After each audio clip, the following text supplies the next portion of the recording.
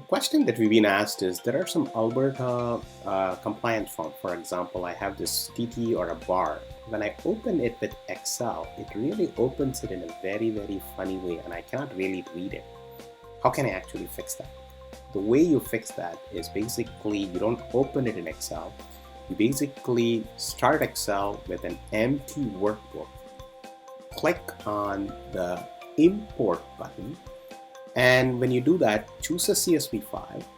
And here I would choose the exact same, do a get data, and then use delimited. And then here you choose other and you use the pipe. When you use the pipe instead of the comma, it separates itself better. Alberta year-end forms, and even though they're called CSV, they're actually not comma separated. They're actually separated by pipe. And you can see that when you actually open them in Note. Like for example, if I would open this document in Note, you'll actually see that, or text edit for example, you'd actually see that they're separated by pipe.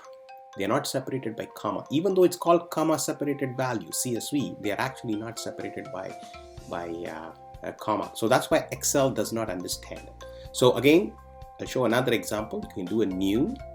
So that's a brand empty one. You can say file, import, choose CSV, choose the bar, for example, and then don't use fixed width, use the delimited, and then here use pipe, right, rather than comma. And then you'll see as soon as you say pipe, it'll actually separate it, and then say next, and then finish it, and here you go. Now it's properly separated, and you can now look at it, review it, and then you can submit it.